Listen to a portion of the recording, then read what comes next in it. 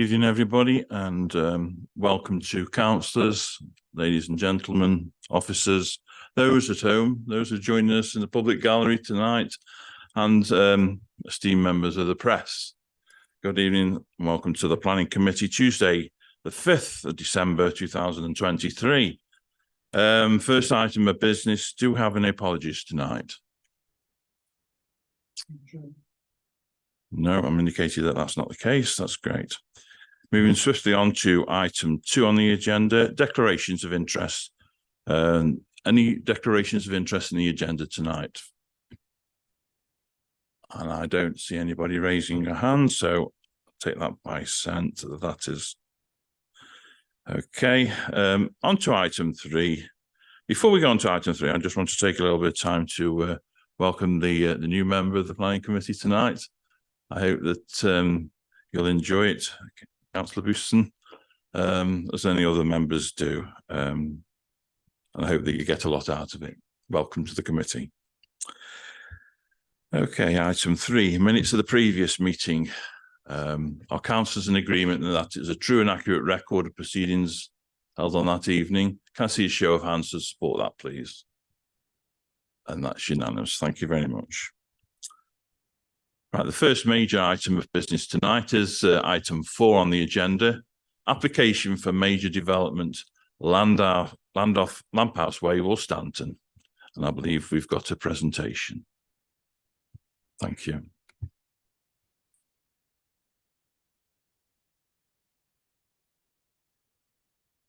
Yep, thank you, Chairman. This application seeks full planning permission for the creation of 43 residential dwellings at land off Lamp House Way in Woolstanton. The site is located to the north and east of Lamp House Way and is surrounded by existing residential development to the south, west and north, whilst an area of woodland and the A500 line to the east. A previous outline application was approved at this site for 64 homes back in 2019, but that permission was not implemented and has now lapsed. So similar to the previous application, the site is considered to be a sustainable location for new housing development by virtue of its close proximity to services, amenities and employment opportunities. In respect of layout, the proposal has a suburban arrangement which would be made up of detached and semi-detached properties, but would include one small terrace comprised of 3 dwellings. The layout is of a lower density than the previous 64 dwellings approved on the site, which has allowed for all properties to have good-sized gardens with adequate parking provision, and all houses meet the requirements of the council's space around dwellings supplementary planning guidance.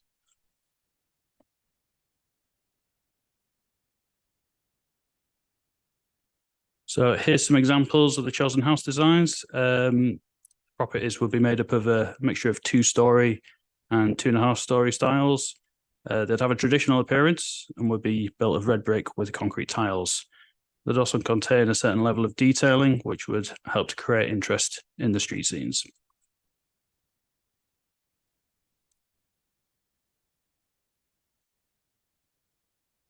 There's a few more examples there of the chosen house designs. The choice of materials and the design styles considered appropriate given the surrounding context.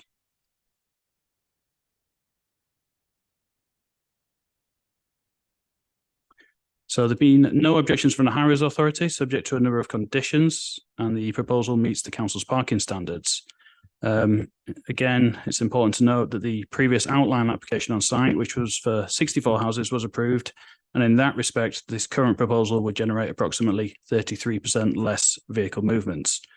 This drawing shows the refuse tracking plan, which demonstrates that bin collection vehicles would be able to get close to all properties within a site, and that would allow bin collectors to easily access bins from the front of properties without residents having to walk any significant distance with their bins. So here's some photos of the site. This is looking northwards from Lamp House Way. Tree line in the background's to the east of the site. Here's a view from the south of the site looking north.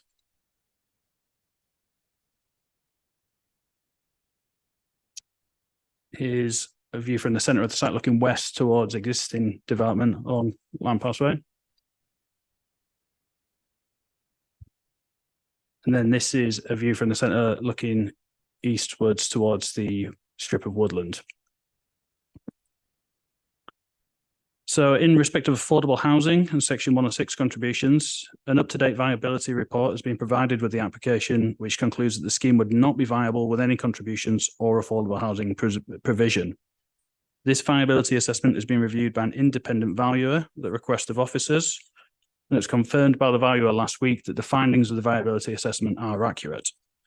So whilst it's unfortunate that there would be no contributions as a result of the development, it's important to note that the scheme will still bring with it a number of benefits, including a good contribution to the council's housing supply and the provision of housing in a sustainable location.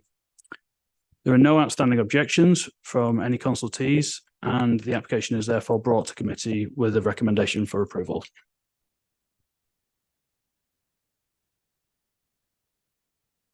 That presentation,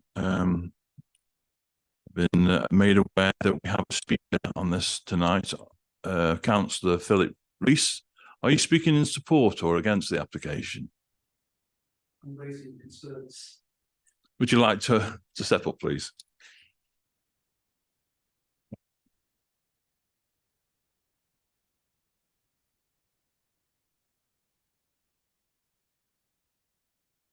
Just to outline, Councillor Rees, that you have 5 minutes to make your case. After 4 minutes, the officer will indicate you've got 1 minute remaining. You may start when you're ready. Okay. Thanks for allowing me to speak tonight. I've just got several concerns that have been raised by residents around Lamphouse Way. The first concern is the application refers to highway safety and predicted level of vehicle trips, I think based on 43 units. With predicted two-way trips, which I think now is going to be lower than 254, which I think was part of the original application with more housing.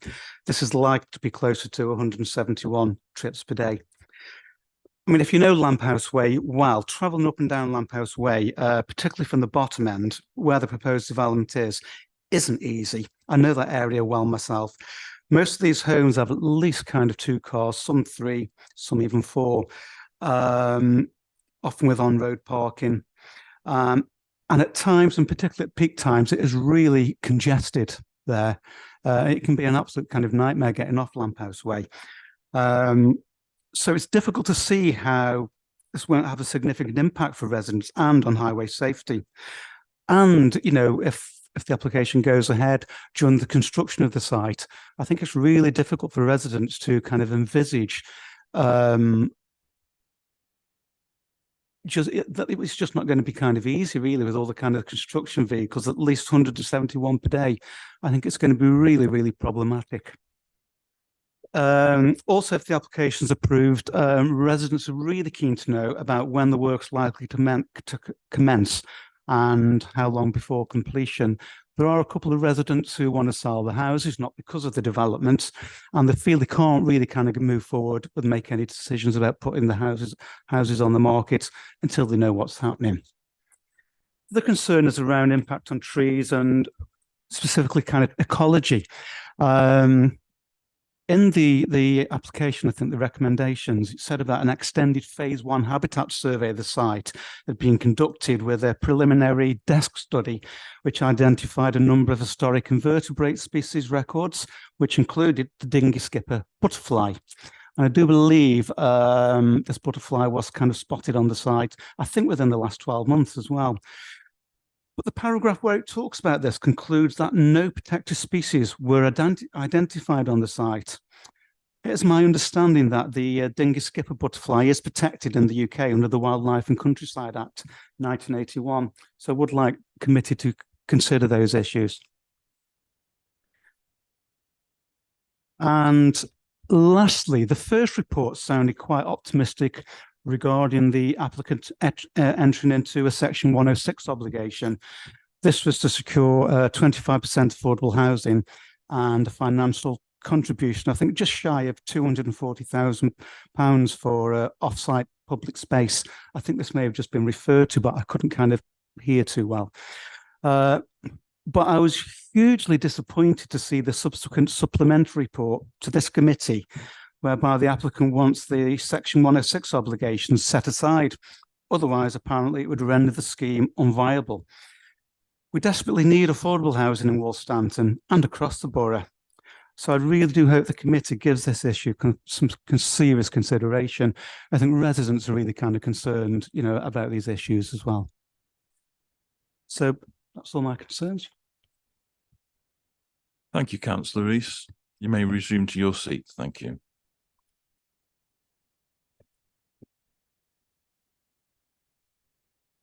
Okay, I'll open it now for committee to debate. Councillor Gordon.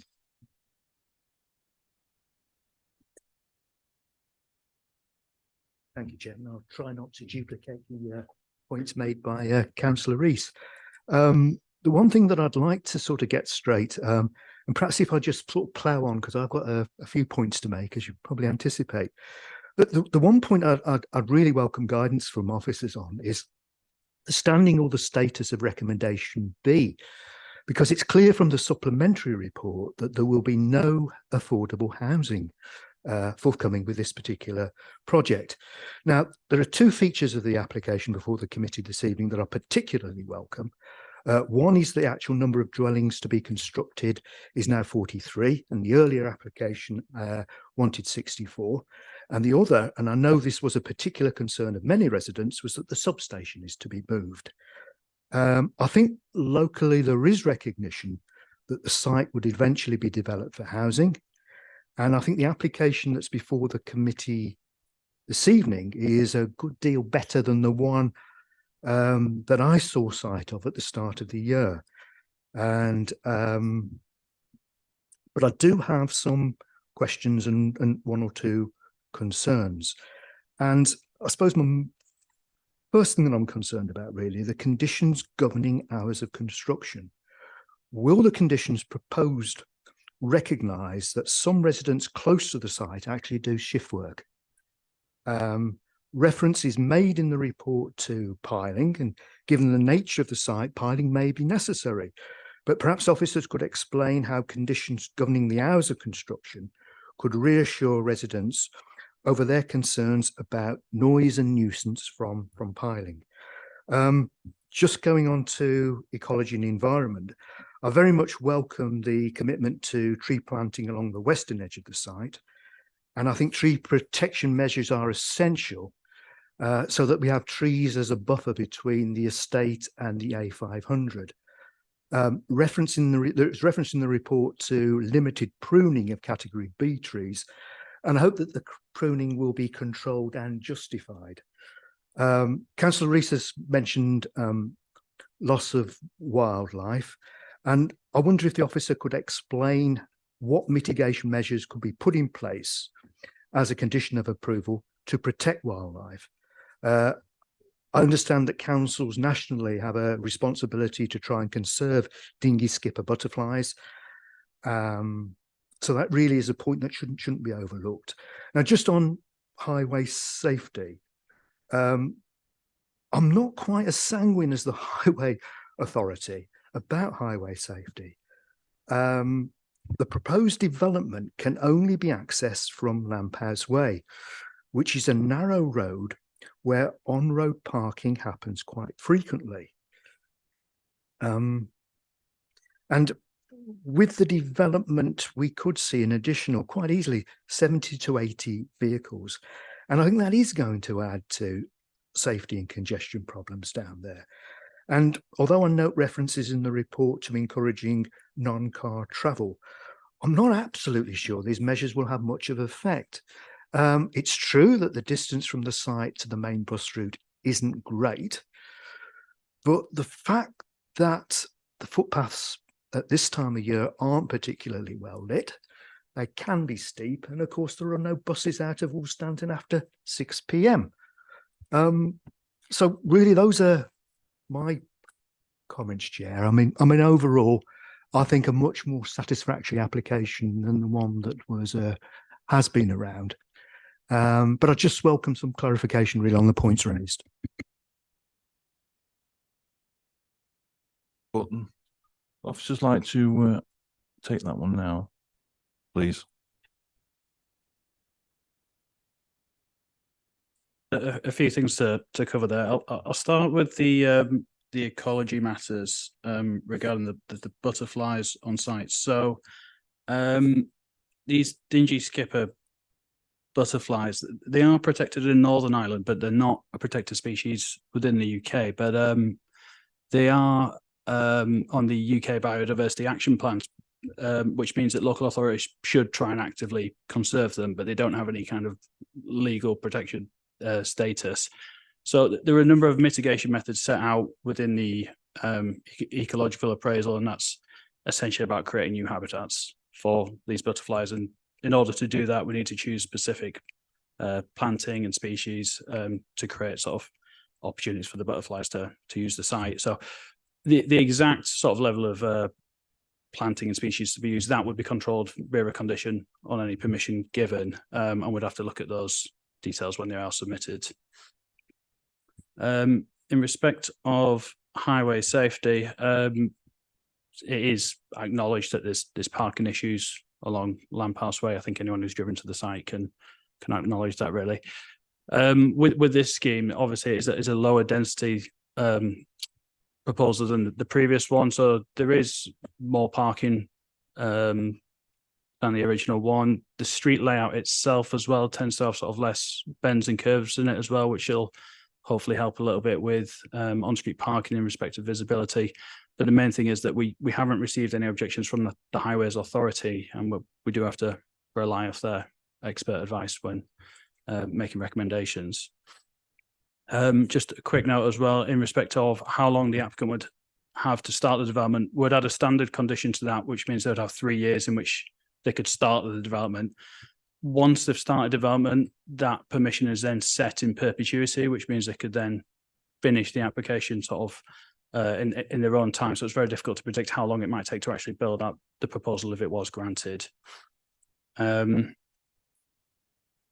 Another point as well, just on the substation, there were concerns raised by residents regarding the position of a substation on the site, which was to be in quite close proximity to a number of dwellings, both existing and proposed. But the developers worked with ourselves, and they've now moved that to the northwestern part of the site, so it's around 30 metres away, I think, from any dwelling now, with some planning around it, which should help to mitigate any potential impacts.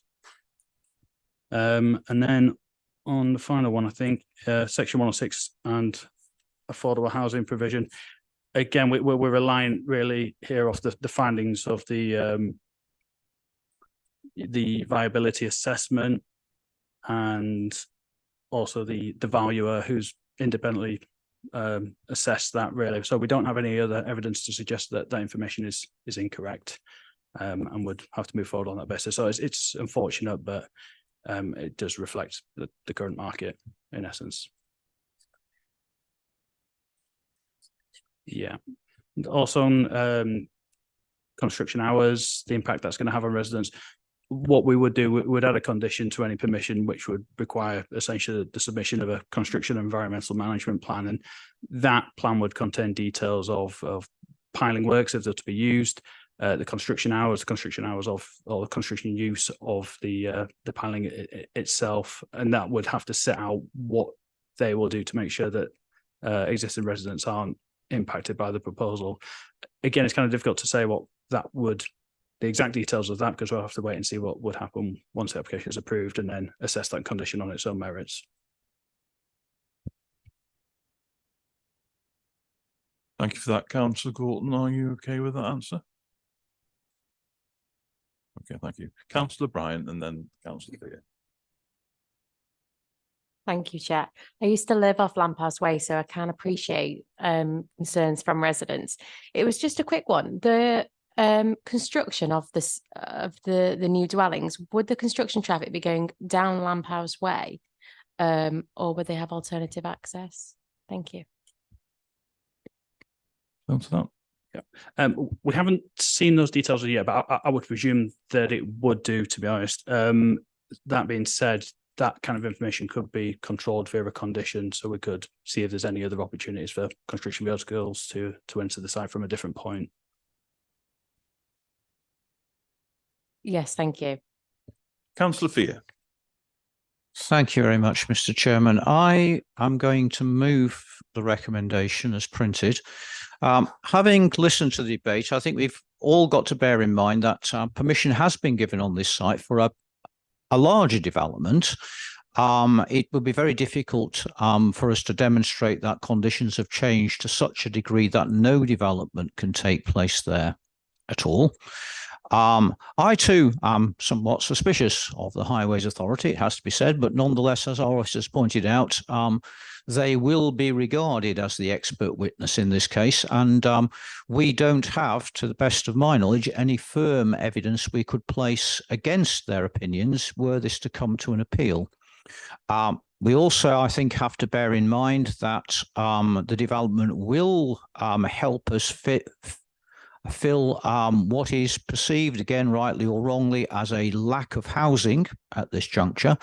And I too am disappointed about the issues of S106 and such like. But again, I think we will be in a very, very awkward position were we to resist this. We've been given this report, which has been verified independently.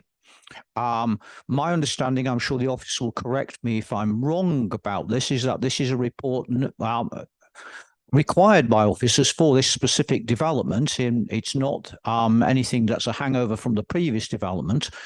Consequently, it seems to me that pretty much everything stacks up in favour of going ahead with this, especially again as the officer has assured us that some of the problems that we've raised can be dealt with by condition. And again, advice is always that if you can deal with things by condition, you should deal with them by condition. Consequently, having thought through the points that have been raised this evening, I can't see any reason to resist this application, and therefore I would like to move it. Thank you, Councillor Fear, and for your proposal. Councillor Holland. Thank you, Chair. Just on the viability assessment again, I don't like that we don't get any Section 106 contribution. I especially don't like that we don't get any affordable housing. The developer will make a profit, but apparently we're not entitled to insist on getting our end for the borough. The previous planning conditions that were attached to the consent granted 4 or 5 years ago didn't secure any affordable housing, but they did secure a small financial contribution. And they also included a condition such that if the developer did not commence on site within 24 months, the viability assessment would be rerun. Would our officers consider reinserting a condition along those lines? And I've no expectation, I mean, every possibility that the developer will start immediately he has consent. But in the circumstances that we go, say, 12 months without commencement, could we insist on having that viability assessment rerun on the basis that things could change within that time, and it would be the bare minimum I could think of that would persuade me to vote for this. As I say, I don't really want to vote for it. I don't have to. I'm very, very disappointed that yet again we're going to be permitting development without getting what is necessary. I'm not saying that we're getting a kickback as a borough. Our people aren't getting that. It is necessary and it is commensurate with the application. That is why it is our policy. Thank you, Chair. Councillor Holland, I do share your concerns, and it doesn't sit well with me either about the non-securement of the 106 obligations, but bearing in mind the other issues that have been raised, and in the context of the planning application, it's understandable. Officers, would you like to come back on that comment, please? Yeah, so in previous circumstances, the council felt it necessary to use a planning obligation, which would secure a viability reappraisal mechanism should a substantial commencement of development not occur within 12 months of the date of any decision. But there was an appeal decision in the consideration of the development at New Farm in Audley that essentially saw the inspector conclude that seeking such an obligation would not be reasonable or necessary. And the inspector detailed that planning practice guidance advises that viability appraisal should be informed by current costs and values where possible, and that there's no requirement set out within policies CSP 5 or CSP 6 of the spatial strategy for applicants to review the viability. So in that respect, we have to, give weight to that, and in essence, we can no longer use that condition on future development.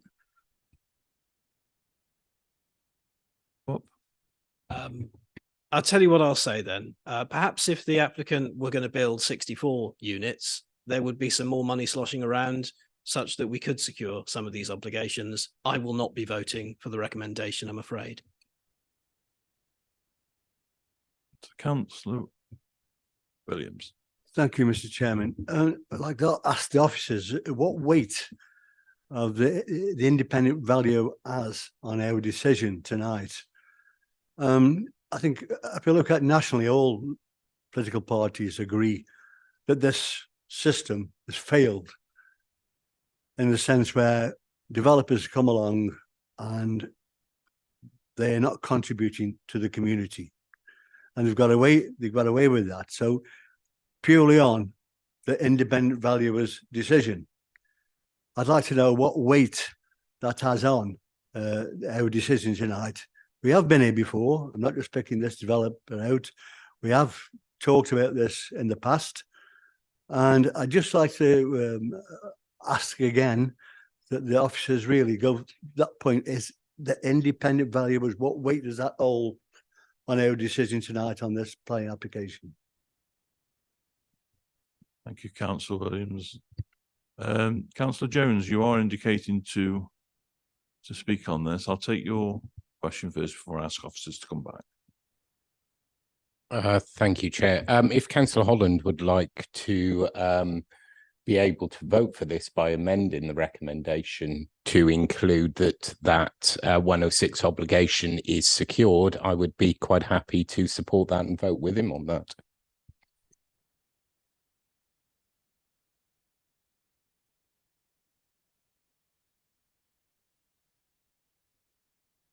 Councillor Jones, can you use your microphone if you're going to be making a comment, please? Sorry, Chair. Yeah, the inclusion of the 25% affordable housing. I say I'm not going to vote for the recommendation that's been revised. The original one, as far as I can make out, is simply not available to us because it won't stand up at a planning appeal. And I don't feel as though we as a committee can vote it through, knowing that we will be opening ourselves up to that kind of challenge and potentially for a costs award. It seems to me to be of the level of unreasonable. It's what I'd like, but if we are to insist on it, if we were to do that, my grave concern is that we would be overturned with prejudice at appeal. Sorry about that, Councillor Jones. Councillor Holland. Would officers like to answer Councillor Williams's inquiry? Thank you. Yeah, thank you, Chair. I think the simple answer to your question is that we need to give significant weight to the advice of the independent valuer. So the applicant submitted their own viability appraisal. They did that at our request. Because they submitted one on the previous application a few years ago, and they were of the view that given that economic circumstances haven't improved, they felt that potentially we should just be accepting the conclusions of that previous viability report, and that we shouldn't be requiring a new one for this application. We didn't consider that that was acceptable, so we insisted that a new viability appraisal was submitted. That was received, and we don't have the expertise within the council to be able to consider that thoroughly enough to know whether it is robust or not in terms of its conclusions. So that's why we seek independent advice from an independent valuer. So they produced a report that concluded that they agreed with the assumptions and the conclusions of that report. And unless we don't just take that as read, we do check their report and that we're happy with the various considerations that they've made. But unless we have any evidence to suggest that what they're saying is incorrect, which we don't, we my advice is that we need to be giving that independent advice significant weight in our consideration. So although I understand members being disappointed, officers are disappointed as well, but given the conclusions of that report, if we were to seek to contradict that report, and potentially if we were to grant planning permission seeking those Section 106 contributions and affordable housing, if the applicant was to appeal against that decision, my view is that we don't have any evidence to substantiate that view, and therefore we would be at risk.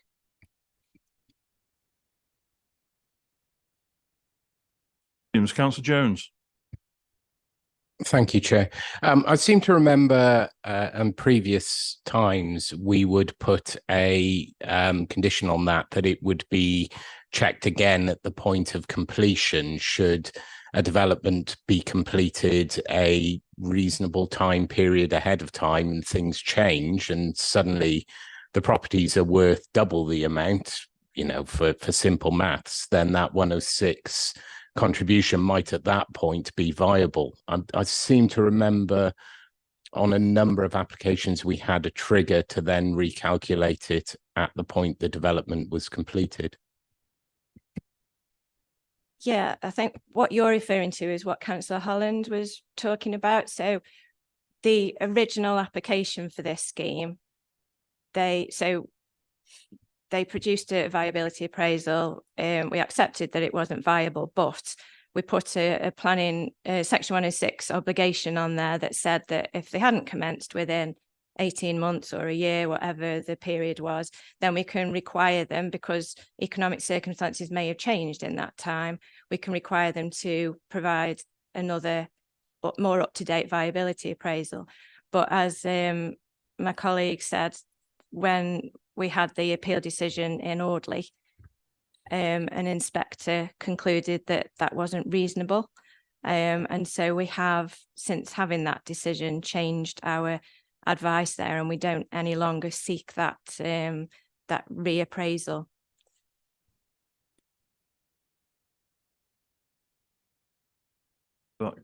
Councillor Jones. I'm satisfied with the officer's explanation, not satisfied with the outcome.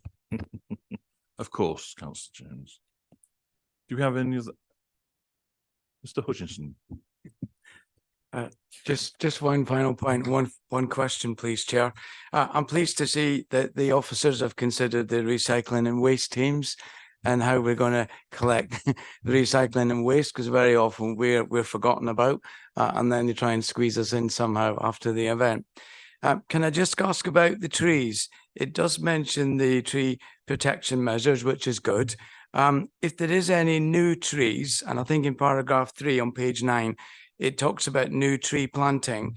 Is it possible that we can get the arboricultural manager or the arboricultural team at the Borough Council to be involved in the selection of the trees?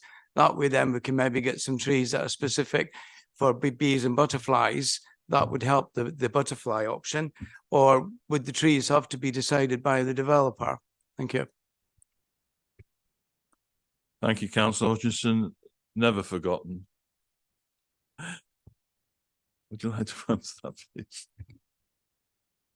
Yeah, so the standard approach would be to use a condition on any permission, which would essentially require that all details of species of trees, planting areas, things like that, be submitted to us for consideration, at which point we would consult our in-house landscape team.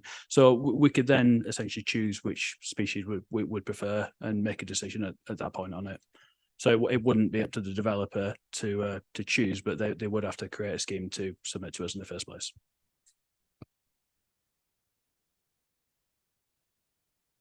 Councillors wishing to speak on this item? Don't see any show of hands. Okay, so we've had a proposal to move this application as printed in front of you, councillors. Do we have a seconder for this? Councillor Hutchinson, thank you very much. Do we have any counter proposals? I don't see any indication of that, so I'll take this. Proposed by Councillor Fear, seconded by Councillor Hutchinson. All those in favour, please show their hands now.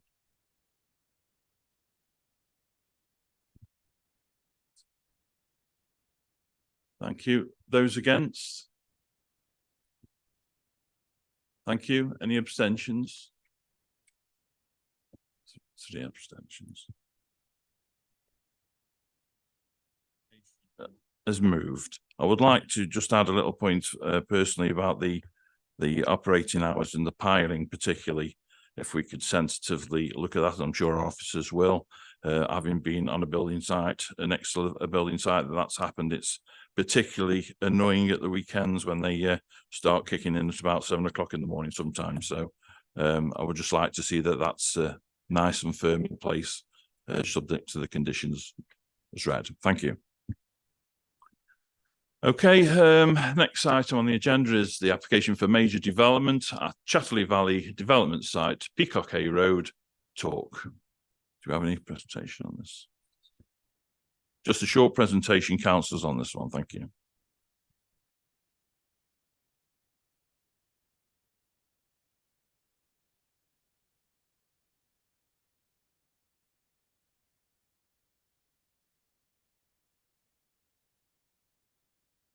So this is a reserved matters application which relates to details of the structural landscaping scheme for the main spine road of the Chatterley Valley Development Site.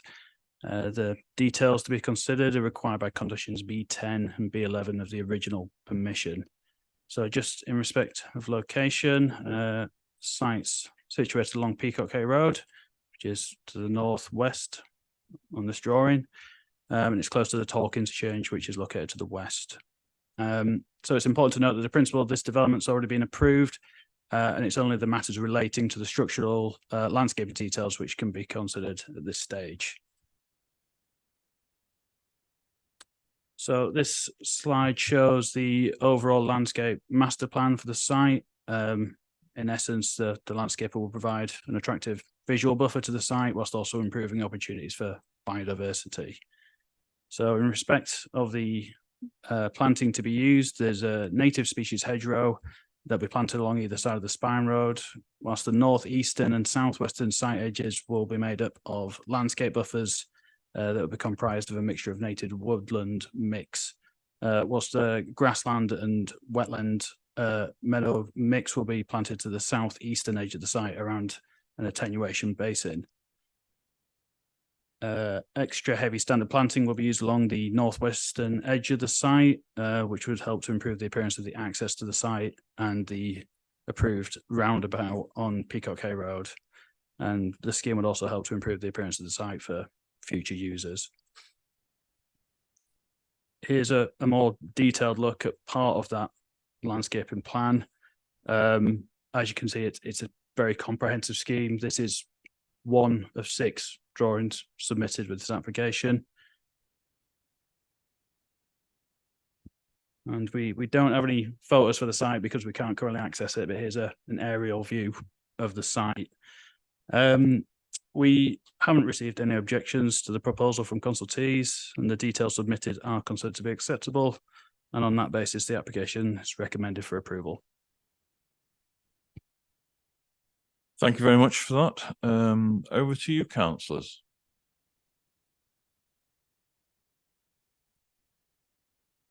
Anybody wishing to speak? In that case, I'm quite happy to move the item as printed in the agenda, as we're here to seek approval of reserved matters, not application in principle. And as members will remember, last month's agenda item to the same site. I'm happy to propose that we accept this as written. Thank you, Councillor Fear. Did we see any counter proposals? No. In that case, please show your hands, please, if you're in favour of that approval. And that's unanimous. Thank you very much, councillors. That item's moved. Item 6 on the agenda is the application for other development, Old Hall, Poolside, Madeley. Over to you, officers. So this is an application for the conversion of the old hall in Madeley. It's a grade 2 listed building and it's within Madeley Conservation Area. I'm not proposing to show any plans because there's no external or internal alterations. It's purely a change of the use of the property, from which is currently bed and breakfast with occasional wedding venue alongside residential use, to just solely residential use. So all commercial elements would cease as part of this proposal. So your officer's view is that the sole issue to consider is the impact on the character and appearance of the listed building and the conservation area. Given that there are no physical changes to the building, the change of use would maintain the architectural and historic significance of the listed building, and there'd be no impact on the character and appearance of the wider conservation area. Thank you. There are no speakers on this item tonight, so over to you, councillors. There's Councillor Holland. Thank you, Chair. I'm happy to move the recommendation, albeit with one question, which is that there are 2 conditions recommended, including a time limit and approved plans. Given that there are no changes at all, and that it's only a change of use, what will those conditions actually say? Councillor Holland. Well, the time limit would just require the development, i.e. the change in the use of the property, to take place within 3 years. Otherwise, the consent would lapse and they'd have to reapply. And the approved plans, there is just a location plan that is a red edge around the application site. So it would just be that plan which would identify the application site. Supplementary. Happy with that. Happy to move the recommendation. Thank you, Councillor Holland. Any other councillor wishing to speak on this item? Again, I'm happy to second that, Mr. Chairman, if that's Councillor the Fear, right thing. kindly accept that. Thank you very much. Okay, we've had it recommended and seconded. No counter proposals on this item. Can I see a show of hands, please, in support of this application as per printed? And that's unanimous. Thank you very much. Next item brings us to application for other development, 23 to 25 Mariel Street, Newcastle. Again, do we have a presentation on this? Thank you. So advertisement consent is sought for 2 fascia signs on this property in Mariel Street. Planning permission was granted earlier this year by the committee for the use of the property as a circus and arts workshop and exhibition area to be called the Philip Astley Centre. The property is within the town centre conservation area. So you can just see it here if any members aren't aware of where it is. This is the old civic offices site, Mariel Street here, and then Fog Street there. And this is a photo of the building in question. So these are the elevations currently. So that's the Mariel Street elevation. You can see the front door into the property is in that location. You can see there on the floor plan. And this is the side elevation on Fog Street. So the doorway is to be relocated, and that's already had consent within the existing permission for the use of the property. So this application proposes 2 fascia signs, one along this elevation here on Mariel Street and one here on Fog Street. So this is the Mariel Street elevation, showing the fascia sign there, and this is the Fog Street elevation showing the signage above the entrance door. So the plans as originally submitted, well, first of all, sorry, this is the Mariel Street one. So you can see on the cross-section drawing there that that's the fascia sign, and that is individual raised metal lettering, which will be illuminated from the rear of the letters. So the sign on the other elevation on Fog Street, as originally submitted, was to be this curved projecting sign that was to be externally illuminated by golf ball sized bulbs around it to illuminate the canopy and the sign. Officers had concerns about the appearance of that within the conservation area. It was felt that that design would be inappropriate and have an adverse impact on the character of the conservation area. So discussions were had with the applicants and their agents, and the sign has been revised so that it's more or less flat, and rather than having those kind of projecting light bulbs, I suppose, around it, they're going to be recessed into the sign. Our conservation officer has considered the amended plans and is much happier with them, and feels that there won't be any adverse impact on the conservation area. Thank you. For that, Councillor Williams. Thank you, Mr. Chairman.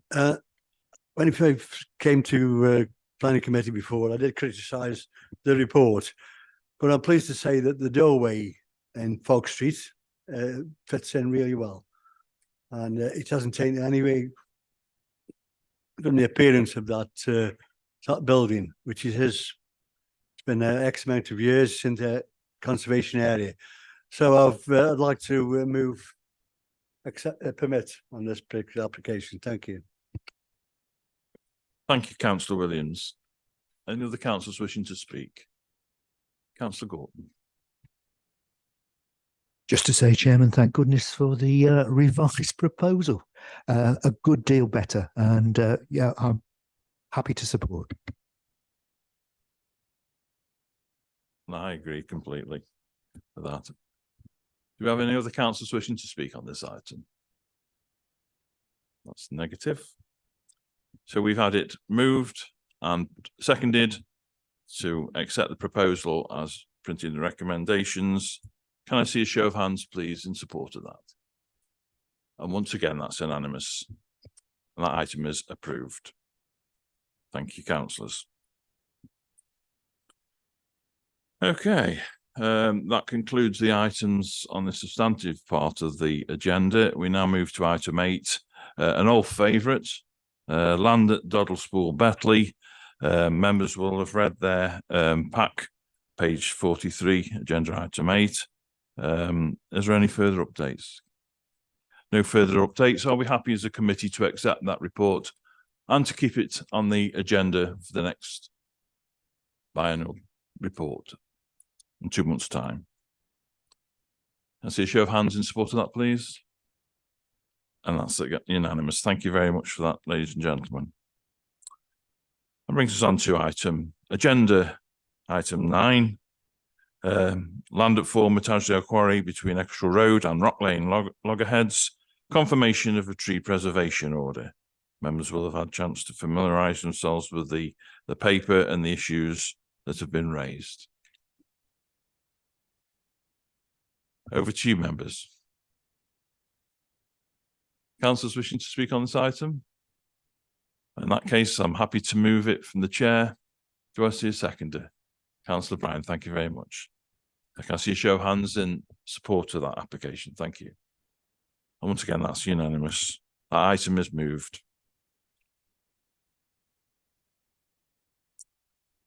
Agenda item 10 on the agenda is confirmation of another tree preservation order. This time, it's the land at 9A Appleton Drive, Whitmore. Do any councillors wish to speak on this item? So in absence of hands, so once again, I'm happy to move this from the chair. Thank you, Councillor Ryan, for seconding that. Can I see a show of hands in support of the application, please? And once again, that's unanimous. Thank you.